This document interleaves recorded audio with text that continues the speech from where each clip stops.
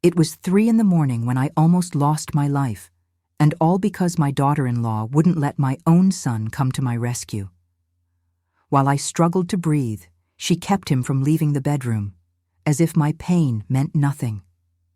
My name is Elizabeth, and I'm here to tell a story I've kept locked in my heart like a secret for a long time. A story that changed not only my life, but the lives of everyone around me. It all started on an ordinary night, one of those nights when you think you'll go to sleep and wake up just like any other day. But life doesn't warn you when it's about to pull the ground out from under your feet. Back then, I was already living in my son Christian's house. He was married to Savannah, and my heart still carried that weight a mother feels when she sees her son in love with someone who never looked me in the eye with tenderness. I tried to believe that love can heal everything, that time would open her heart. But mothers sense things others don't see.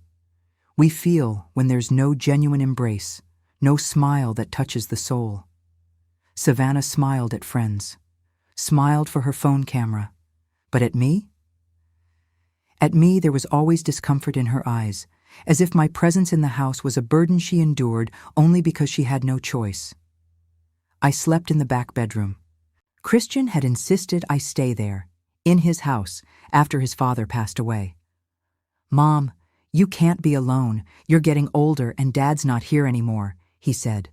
And I believed that would be a refuge. How naive. A refuge is a place where you feel welcome.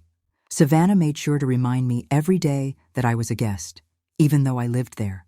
She reminded me through small things.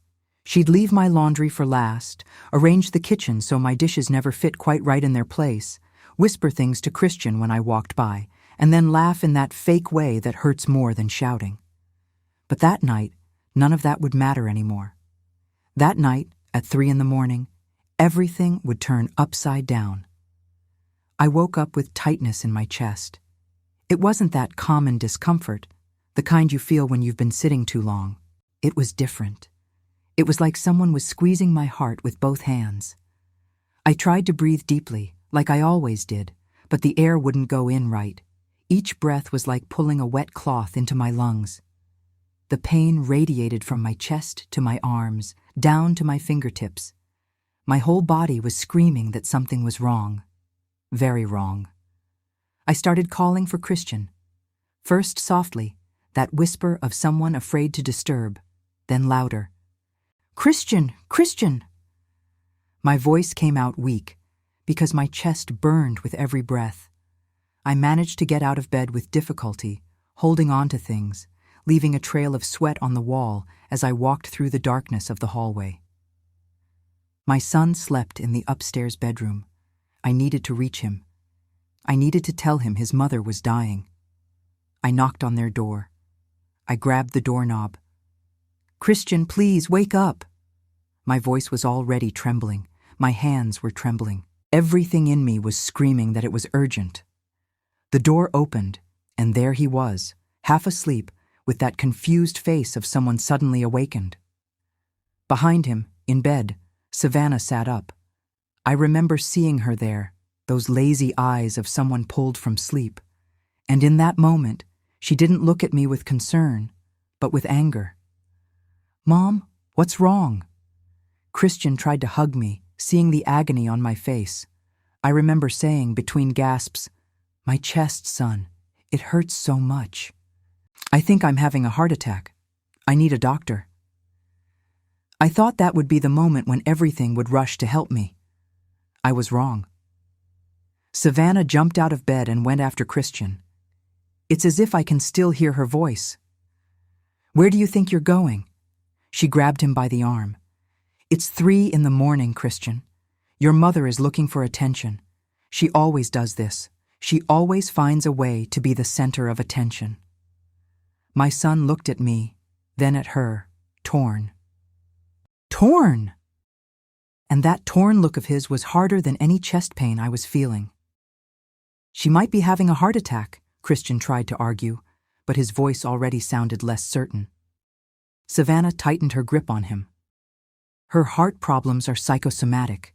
She wants you to abandon us in the middle of the night because she's jealous of me. I won't let you get out of this bed." My son stood still. My own son hesitated while I held onto the wall, breathing like someone drowning in air. "Christian, please." My voice came out as a whisper, but he was already being pulled back to bed. Savannah closed the door in my face, not just closed it. She turned the key. Locking me out was her way of saying my life didn't matter, that my death wouldn't matter. You must be wondering why I didn't call the ambulance myself, but I don't have a cell phone, and there's no other phone in the house besides my family's devices. I went down those stairs alone, trembling, gasping. Each step was a nightmare. Each beat of my heart felt like the last. My grandson was 16 and slept in the front bedroom. I knocked on his door, begging him to wake up, asking him to call an ambulance. My grandson, with all the innocence of youth, did exactly what I asked him to do. The ambulance came. The paramedics saved me. And I had time to think, as they put me on the stretcher, that there was something worse than dying. Being abandoned by those you love while you're dying. I spent 3 days in the hospital, 3 days when my heart was monitored, tested, examined. The doctors confirmed what I already knew. It had been a heart attack. It wasn't psychosomatic. It wasn't attention-seeking. It was real. I almost died while my son chose to stay in bed next to that woman. And when Christian finally showed up at the hospital on the second day, he couldn't look me in the eye. He found out about the heart attack because my grandson, my brave grandson, had the decency to confront him.